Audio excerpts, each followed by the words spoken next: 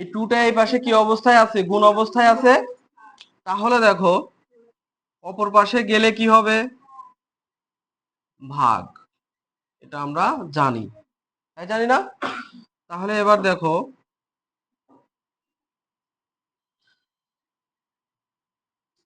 5, তাই না? এবার দেখো আমরা কি করলাম, 3টাকে পক্ষান্তর করে নিলাম। আমার নির্ণয়ের সমাধান কত হয়েছে?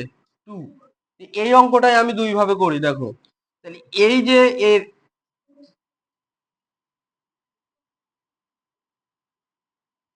এইটুকু কি অবস্থায় আছে? গুণ অবস্থায় আছে না? টুটা কি গুণ অবস্থায় আছে না ওইটুকুর সমান? তা আমি গুণ করে দেই, প্লাস প্লাসে কি হয়? Plus 2x। আচ্ছা, প্লাস প্লাসে প্লাস, প্লাস 6 ইকুয়াল 10। দেখো 6টা পক্ষান্তর করে ফেললাম আমি, তাই হচ্ছে না?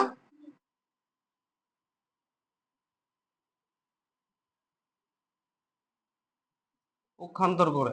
আচ্ছা, তাহলে এবার দেখো এখানে কত থাকে? 4 থাকে না?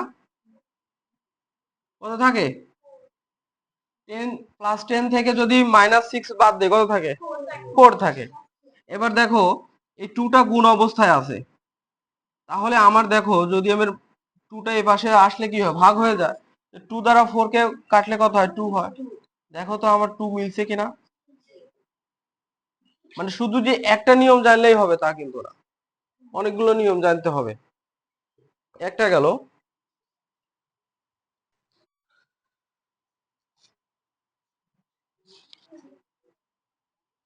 দেখো 18 নম্বরটা আমি দেখি। তাহলে এ পাশে কি আছে?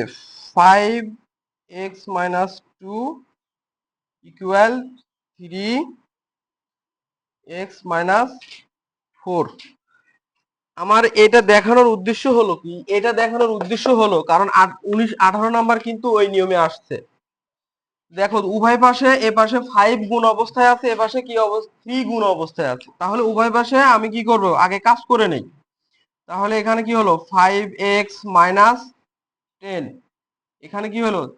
3x minus 12। দেখছো এবার? সহজ হয়ে গেল না? এটা জানতে হবে। এবার দেখো আমি কিন্তু সহজেই পক্ষান্তর করে ফেলতে পারি।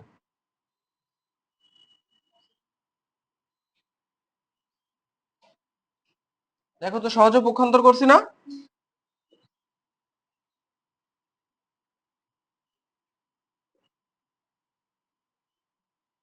পক্ষান্তর করে। তাহলে এখানে কি থাকে? 2x এপাশে কি থাকে? -12, সরি 2।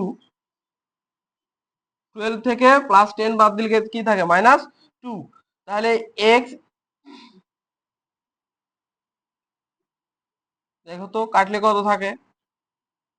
1 থাকে না শুধু? -1। দেখছো এবার কাহিনী?